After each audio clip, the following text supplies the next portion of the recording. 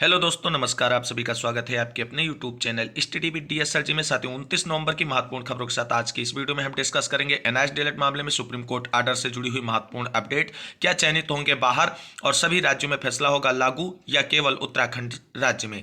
वहीं 12,460 शिक्षक भर्ती के काउंसलिंग शेड्यूल से जुड़ी हुई महत्वपूर्ण अपडेट है। 69,000 शिक्षक भर्ती में उत्तर कुंजी की नियुक्ति और 6800 चयनितों से जुड़ी हुई महत्वपूर्ण अपडेट।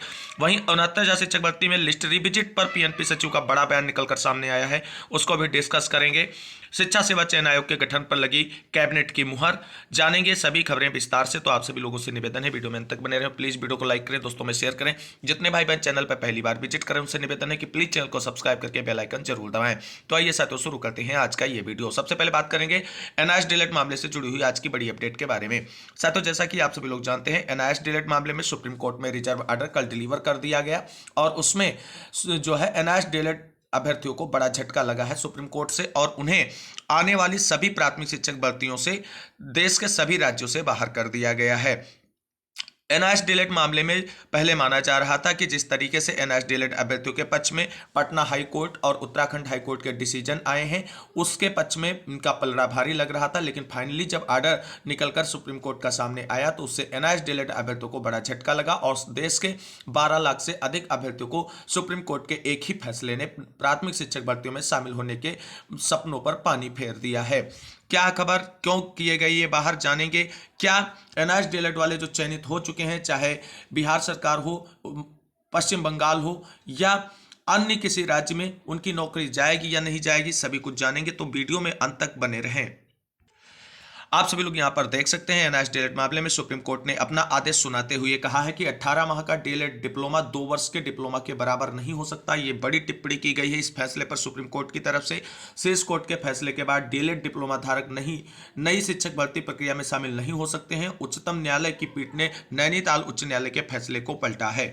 सुप्रीम कोर्ट ने मंगलवार को महत्वपूर्ण फैसला देते हुए कहा कि राष्ट्रीय मुक्त विश्वविद्यालय शिक्षा संस्थान यानी एनआईएस से 18 महीने का डीएलएड डिप्लोमा पाठ्यक्रम 2 साल के डिप्लोमा के बराबर नहीं हो सकता। शीर्ष अदालत ने कहा कि सभी तथ्यों से जाहिर होता है कि एनआईएस से 18 माह का डीएलएड डिप्लोमा को राष्ट्रीय शिक्षा परिषद यानी एनसीटी ने शिक्षक भर्ती के लिए योग्यता के रूप में मान्यता नहीं दी है। तो कुल मिलाकर के एनआईएस डीएलएड वाले अभ्यर्थियों की हार का प्रमुख कारण यहाँ पर आप सभी लोग देख सकते हैं कि एनसीटी की तरफ से इसे जो है शिक्षक भर्ती के लिए योग्यता के रूप में मान्यता न देना इसकी हार का एक प्रमुख कारण रहा है। कोर्ट इस फैसले से एनआईएस से 18 माह के डीएलएड डिप्लोमा धारक नई शिक्षक भर्ती प्रक्रिया में शामिल नहीं हो सकेंगे और यह फैसला सुप्रीम कोर्ट का देश के सभी राज्यों में लागू होगा। जस्टिस बीआर गवई और प्रशांत कुमार मिश्रा की पीठ ने नैनीताल हाईकोर्ट के फैसले के खिलाफ उत्तराखंड सरकार और जयवीर सिंह व अन्य द्वारा दाखिल विशेष अनुमति याचिका को स्वीकार करते हुए यह फैसला दिया है।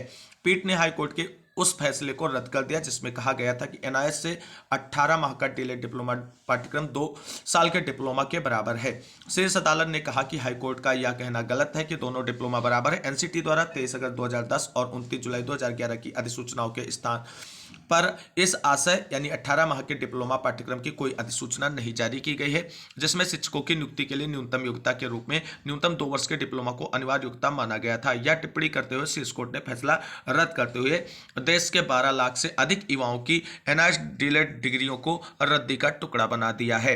तो कुल मिलाकर के आप सभी को बता दें, जो एनआईएस डीएलएड वाले अभ्यर्थी हैं उनको सुप्रीम कोर्ट से हार मिलने का प्रमुख कारण है एनसीटी जो गवर्निंग बॉडी है उसकी तरफ से कोई सपोर्ट ना मिलना। क्योंकि आप सभी को बता दें, अगर एनसीटी इस मामले में नोटिफिकेशन जारी कर देती या संशोधित गजट जारी कर देती और इस 18 माह के एनआईएस डीएलएड वाल को रेगुलर वीटीसी या डीएलएड कोर्स के समकक्षता प्रदान कर देती अपने गजट के अनुसार, तो इस पर सुप्रीम कोर्ट का फैसला एनआईएस डीएलएड वाले अभ्यर्थियों के फेवर में आता। लेकिन एनआईएस डीएलएड वाले अभ्यर्थियों के साथ में एनसीटी जो कि शिक्षक भर्ती के लिए योग्यता डिसाइड करने वाला एक संगठन है, उसकी तरफ से इसको लेकर के कोई भी नोटिफिकेशन या गजट ना जारी किया जाना इसकी हार का प्रमुख कारण है। कुल मिलाकर के आप सभी को बता दें, देश के 12 लाख युवाओं के सपनों को झटका लगा है सुप्रीम कोर्ट के आदेश से और मेन चीज जो है, आने वाली जितनी भी नई प्राथमिक शिक्षक भर्तियां होंगी उसमें एनआईएस डीएलएड अभ्यर्थी शामिल नहीं हो पाएंगी। अब सबसे बड़ा प्रश्न ये बनता है, क्या जिन राज्यों में एनआईएस डीएलएड चयनित अभ्यर्थी नौकरी पा गए हैं, नौकरी कर रहे हैं, क्या उनको बाहर किया जाएगा और यह आदेश कब से लागू होगा? तो साथियों, आप सभी को बता दें, एनआईएस डीएलएड वाले चयनित अभ्यर्थी, खासकर बिहार शिक्षक भर्ती परीक्षा जो अभी हुई थी बीपीएससी टीआरई 1.0, उसमें चयनित हुए हैं और नौकरी भी पा चुके हैं। अब आपको बता दें, एनआईएस डीएलएड वाले चयनित अभ्यर्थियों की नौकरी नहीं जाएगी, वो बेफिक्र होकर अपनी नौकरी करते रहें, क्योंकि कोर्ट आर्डर जो आया है उसमें उनकी नौकरी जाने को लेकर के कोई भी मेंशन नहीं किया गया है। और आप सभी को बता दें, जिस तरीके से बीएड वर्सेस बीटीसी मामले में सुप्रीम कोर्ट का आदेश आया था और उसमें भी बीएड चयनितों को बाहर करने को लेकर के कोई भी पॉइंट मेंशन नहीं था, उसी तरीके से इस आर्डर में भी एनआईएस डीएलएड चयनित अभ्यर्थियों को बाहर करने को लेकर के सुप्रीम कोर्ट ने कोई डायरेक्शन नहीं जारी किया है। तो ये स्पष्ट हो गया है कि जो एनआईएस डीएलएड चयनित अभ्यर्थी, उनकी नौकरी किसी भी तरीके से नहीं जाएगी, वो निश्चिंत रहें, अपनी नौकरी करते रहें।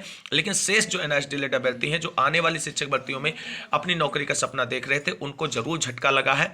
और जो एनसीटी है उसने अगर इस मामले में कोई गजट या नोटिफिकेशन जारी किया होता और 2 वर्ष के डिप्लोमा को और एनआईएस डीएलएड के 18 माह के डिप्लोमा को समकक्षता प्रदान की होती, तो आज ये दिन नहीं आता और सुप्रीम कोर्ट से एनआईएस डीएलएड अभ्यर्थी जीतते। लेकिन कुल मिलाकर के अब आप सभी को बता दें, पटना हाईकोर्ट, त्रिपुरा हाईकोर्ट और उत्तराखंड हाईकोर्ट का जो आदेश एनआईएस डीएलएड वाले अभ्यर्थियों के फेवर में था, वो सुप्रीम कोर्ट के आर्डर से निरस्त हो जाएंगे और अब सुप्रीम कोर्ट का आदेश ही देश के सभी राज्यों में लागू होगा। यानी इस आर्डर के तहत देश के सभी राज्यों से एनआईएस डीएलएड अभ्यर्थी प्राथमिक शिक्षक भर्ती की वैधता खो चुके हैं। अब उन्हें इस भर्ती में सम्मिलित होने का मौका नहीं मिलेगा। लेकिन चयनितों की नौकरी नहीं जाएगी, बेफिक्र होकर के वो अपनी नौकरी करें। मूव करते हैं अगली प्रमुख खबर की तरफ। दोस्तों, बात करेंगे 12,460 शिक्षक भर्ती से जुड़ी हुई महत्वपूर्ण अपडेट के बारे में। तो साथियों, जैसा कि आप सभी लोग जानते हैं, 12,460 शिक्षक भर्ती में लगातार प्रयास जारी है साथियों की तरफ से भर्ती प्रक्रिया के काउंसलिंग शेड्यूल को जल्द से जल्द जारी कराने को लेकर के।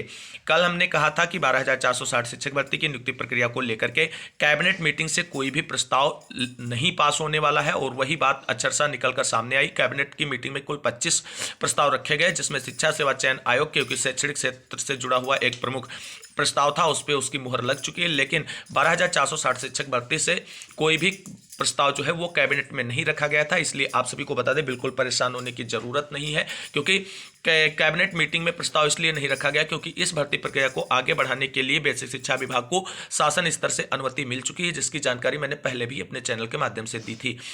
कुछ लोग आप सभी को बता रहे थे कि 28 को ही इसका शासनादेश जारी कर दिया जाएगा काउंसलिंग शेड्यूल का, लेकिन हमने कहा था 28 तारीख को इसका शासनादेश नहीं जारी किया जाएगा, क्योंकि आप सभी को बता दें, कल 29,000 शिक्षक भर्ती आंसर के प्रकरण मामले में पीएनपी सचिव और सचिव बेसिक शिक्षा परिषद, जो आपके मामले के मुख्य कार्यकर्ता हैं, यानी आपके शासनादेश निर्गत करने के मुख्य अधिकारी हैं, उनकी कोर्ट में जो उपस्थिति थी, यानी उनको कोर्ट में बुलाया गया था सुनवाई के दौरान अपना पक्ष रखने के लिए, और बेसिक शिक्षा विभाग का, तो वो कोर्ट में उपस्थित है सुनवाई के दौरान। इसलिए आप सभी के काउंसलिंग शेड्यूल के शासनादेश पर कोई भी कार्रवाई आगे कल नहीं बढ़ सकी।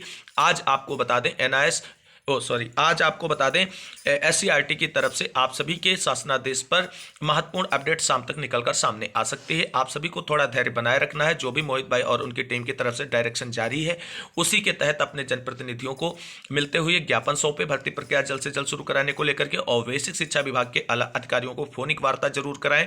हालांकि कल का दिन काफी महत्वपूर्ण रहा।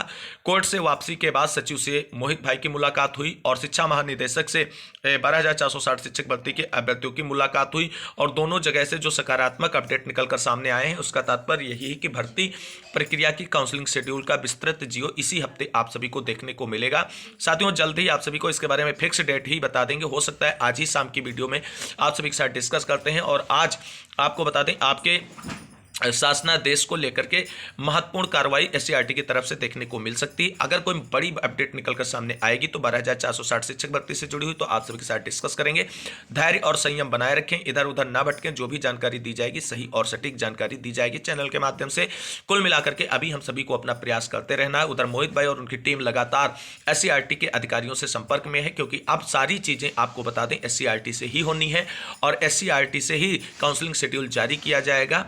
और आप सभी की नियुक्ति प्रक्रिया आगे बढ़ाई जाएगी। तो कुल मिलाकर के 12,460 शिक्षक भर्ती के अभ्यर्थियों के लिए यह सप्ताह काफी महत्वपूर्ण है, यानी इसी सैटरडे तक आप सभी को महत्वपूर्ण और बड़ी खुशखबरी मिल सकती है। एससीईआरटी की तरफ से ऐसी तैयारी एससीईआरटी के अधिकारियों की तरफ से कर ली गई है और कल की मोहित भाई की जो मीटिंग रही एससीईआरटी पर वो काफी महत्वपूर्ण और सकारात्मक थी। वहां से महत्वपूर्ण जानकारियां निकलकर सारी चीजें सामने आ रही हैं कि 12,460 शिक्षक भर्ती के 19 जनपद और 51 जनपद के अभ्यर्थियों को मिला करके कॉमन मेरिट के आधार पर नियुक्ति प्रक्रिया जारी शुरू करने की जो है तैयारी विभाग की तरफ से पूरी कर ली गई। बस ऑफिशियली पब्लिक डोमेन में आप सभी का शासनादेश बहुत जल्द देखने को मिलेगा। इसका मतलब ये हुआ कि शासनादेश पर ही बेसिक शिक्षा विभाग की तरफ से आज कार्रवाई की जाएगी और इससे पब्लिक डोमेन में इसी हफ्ते देखने को मिलेगा। बाकी आप सभी जो शिक्षक भर्ती से जुड़े अभ्यर्थी हैं अपने सारे डॉक्यूमेंट्स तैयार कर लीजिए। अगर कोई भी डॉक्यूमेंट्स रिलेटेड क्वेश्चन या क्वेरी है तो कमेंट करें, यथासंभव आप सभी के प्रश्नों का जवाब देने का प्रयत्न किया जाएगा। अब बात कर लेते हैं शिक्षा सेवा चयन आयोग पर कैबिनेट से लग गई मुहर से जुड़ी हुई आज की बड़ी अपडेट के बारे में। दोस्तों, जैसा कि आप सभी लोग जानते हैं, कल कैबिनेट मीटिंग थी जिसमें शिक्षा सेवा चयन आयोग के प्रस्ताव को रखा गया और कैबिनेट में उस पर फैसला लेते हुए अंतिम मुहर लगा दी है। उत्तर प्रदेश शिक्षा सेवा चयन आयोग की नियमावली को मंजूरी दी गई। कैबिनेट से 3 मंडलों में राज्य विश्वविद्यालयों की स्थापना के लिए भी विधेयक आएगा। शिक्षा सेवा चयन आयोग के अध्यक्ष और सदस्यों को सर्च कमेटी चुनेगी। मुख्यमंत्री योगी आदित्यनाथ की अध्यक्षता में मंगलवार को हुई कैबिनेट की बैठक में शिक्षकों की भर्ती के लिए गठित उत्तर प्रदेश शिक्षा सेवा चयन आयोग की नियमावली को मंजूरी दे दी गई है। नियमावली के अनुसार आयोग के अध्यक्ष व सदस्यों का चयन एक सर्च कमेटी द्वारा किया जाएगा जिसके अध्यक्ष मुख्य सचिव होंगे। सूचीबद्ध किए गए अभ्यर्थियों की सूची मुख्यमंत्री के पास अनुमोदन के लिए भेजी जाएगी। इसके साथ ही 3 मंडलों में राज्य विश्वविद्यालयों की स्थापना के लिए नया विधेयक लाने पर सहमति बन गई है। 4 उप सचिव भी तैनात करेगी सरकार। नियमावली में यह प्रावधान किया गया है कि आयोग में 1 सचिव, 1 परीक्षा नियंत्रक, 1 वित्त नियंत्रक, न्यायिक सेवा के 1 विधि अधिकारी एवं 1 वित्त एवं लेखा अधिकारी तथा आउटसोर्स से 1 कंप्यूटर एवं आईटी समन्वयक नियुक्त होंगे। 4 उप सचिव राज्य सरकार द्वारा प्रतिनियुक्त पर नियुक्त किए जाएंगे जिनका कार्यकाल 3 साल से अधिक नहीं होगा। उच्चतर शिक्षा सेवा आयोग प्रयागराज और उत्तर प्रदेश माध्यमिक शिक्षा सेवा चयन बोर्ड के सभी पूर्णकालिक कर्मचारी आयोग में समाहित कर दिए जाएंगे। नियमावली को कैबिनेट की मंजूरी के बाद इसके अध्यक्ष एवं सदस्यों के 10 पदों पर भर्ती की प्रक्रिया जल्द शुरू हो सकती है। नियमावली में आयोग के कामकाज व उसके अधिकारों तथा अध्यक्ष एवं सदस्यों की योग्यता एवं उनके अधिकारों का वर्णन किया गया है।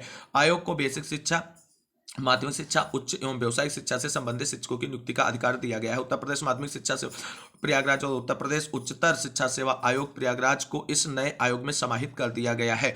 तो कुल मिलाकर के आप सभी को बताते हैं शिक्षा सेवा चयन आयोग पर कैबिनेट से अंतिम मुहर लग चुकी है और जल्द ही इसके सदस्यों और अध्यक्षों की नियुक्ति प्रक्रिया पूरी की जाएगी। लेकिन इसमें भी आप सभी को बता दें समय लगेगा और 2023 शिक्षा सेवा चयन आयोग के गठन के नाम ही रह जाएगा और नई प्राथमिक शिक्षक भर्ती का सपना देखने वाले युवाओं को केवल और केवल इंतजार करना पड़ेगा 2024 के लिए।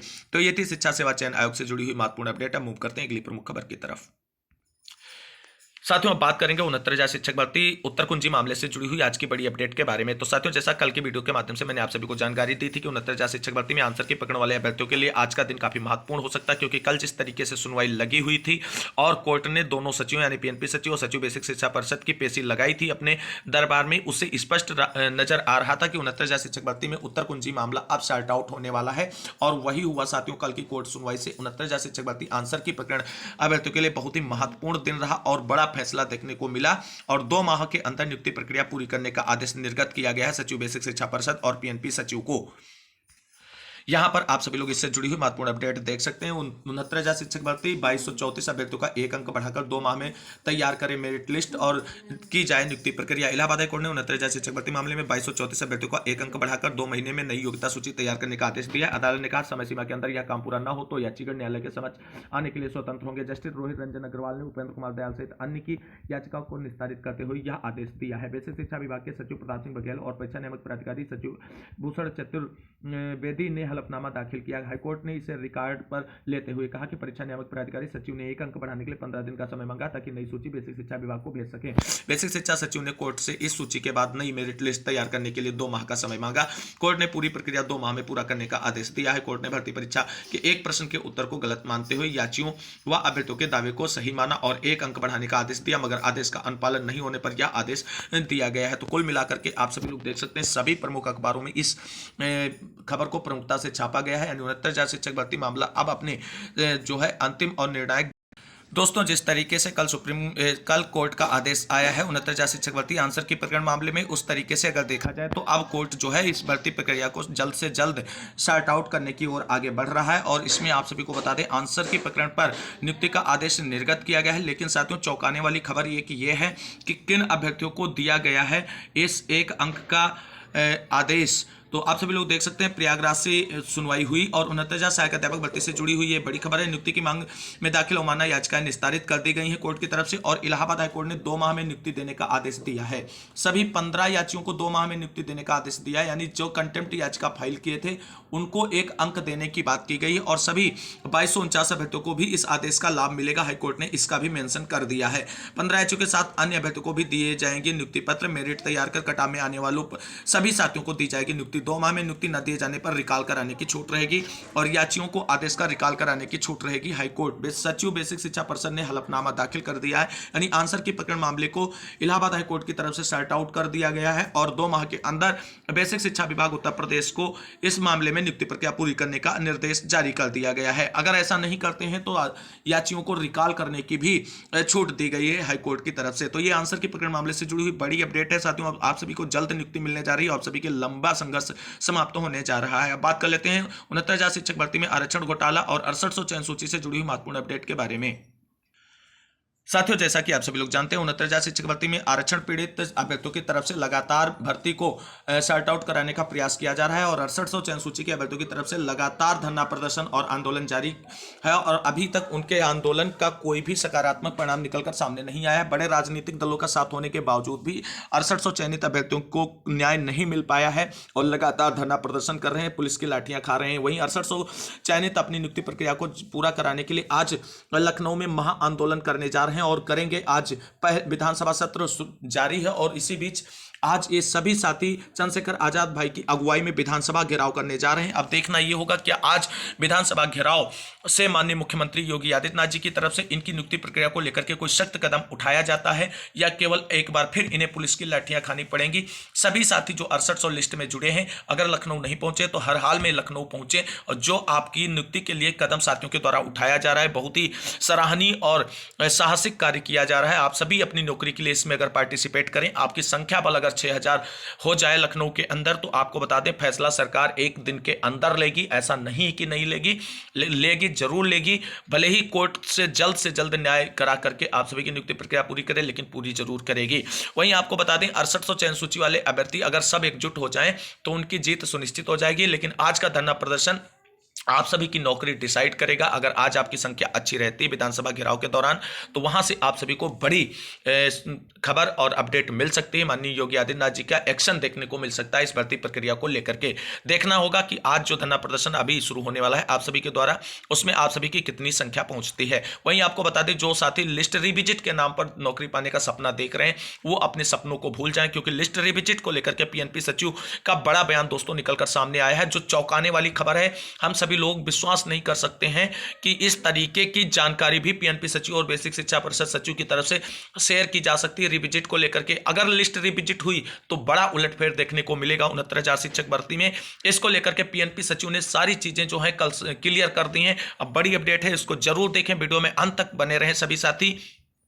तो बाकी दोस्तों, अलग अलग मैंने जो है सचिवों से भी बात की। अलग अलग बेसिक शिक्षा सचिव तो बहुत ज़्यादा नहीं बोले, लेकिन उन्होंने कहा कि रिट कोर्ट जो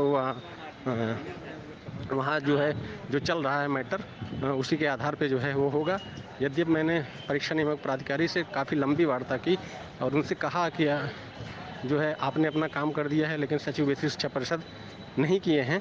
तो उन्होंने कहा कि जो है कि देखिए, अब उन्होंने जो भाषा वहाँ बोली जो है, उन्होंने कहा कि जो है कर भी नहीं सकते हैं, क्योंकि जो है इसमें रिविजिट में एक बड़ा उलटफेर होने वाला है। हमने कहा ऐसा क्या? तो उन्होंने कहा कि ये जो बच्चे 6800 के धरना कर रहे हैं, मैं आपको दोस्तों बताना चाहता हूँ कि उन्होंने स्पष्ट कह दिया कि ये 6800 के जो धरना कर रहे हैं उनसे जो है क्या वो जो है करवा देंगे। इसमें जो है जिस तरह से उन्होंने इंडिकेट किया, मुझे लगता है कि जनरल की काफ़ी सीटें जो है वो आ रही हैं 6800 से भी ज़्यादा। इसी वजह से उन्होंने कहा कि गवर्नमेंट भी जो है स्पष्ट डायरेक्शन हम लोगों को नहीं कर रही है, जिसके कारण चूँकि चुनाव है और निश्चित रूप से दोस्तों ये चीज़ें सचिव पीएनपी का मैं देखो स्पष्ट बोलता हूँ, मैं हमारे काफ़ी साथी जो है ओबीसी के भी हैं, और मैं आज पीएनपी के सचिव से मिला था। 15-20 मिनट वार्ता हुई है मेरी कोर्ट के बाहर। उन्होंने स्पष्ट कहा कि जो कोर्ट का आर्डर है वो यदि यही रह गया तो 6800 से कहीं ज़्यादा जनरल को मिलेगा।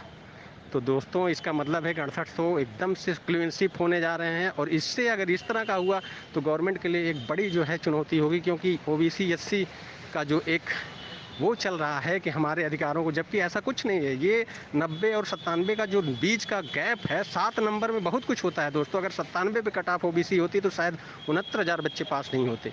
इसको कहने के लिए मुझे कोई वो नहीं है। तो दोस्तों उन्होंने एक इंडिकेट कर दिया कि बहुत बड़ा भूचाल आ जाएगा, और गवर्नमेंट इसलिए जो है स्पष्ट इंडिकेट हमारे पास नहीं आ रहा है इस पे क्या करना है। तो दोस्तों कुल मिला जुला के हमारा कहने का यही तात्पर्य है कि जो बातें हमारी हुई, इससे ये लगता है कि गवर्नमेंट ये सुप्रीम कोर्ट तक मैटर जब तक नहीं जाएगा तब तक उत्तर कुंजी को हो सकता न करे। सुप्रीम कोर्ट से जब डिसाइड हो जाएगा फिर वो कहेगी भैया अब हमको करना ही है। तो आज की बहस की वार्ता के बाद दोस्तों मुझे लगता है कि उन्होंने जो इंडिकेशन किया, मुझे लगता है 6800 के खिलाफ किया, ओबीसी एससी के खिलाफ किया। ओबीसी एससी के भाइयों, आप लोगों से हमारा कोई दुश्मनी नहीं है। जो चीज़ें हमारी बातचीत में हुई है मैं उनको बोल रहा हूँ परीक्षा नियामक प्राधिकारी के सचिव से। देखिए बेसिक शिक्षा सचिव बहुत ज़्यादा बात नहीं करते हैं, लेकिन परीक्षा नियामक प्राधिकारी ने अच्छा खासा हमसे 15 मिनट वार्ता की, और सब चीज़ों पे एकदम स्पष्ट बोला उन्होंने कहा कि हम दोनों कुछ कर ही नहीं सकते हैं, क्योंकि इसमें एक बड़ा उलटफेर होने वाला है, और इस समय जो है गवर्नमेंट हमको कोई डायरेक्शन नहीं कर रही है।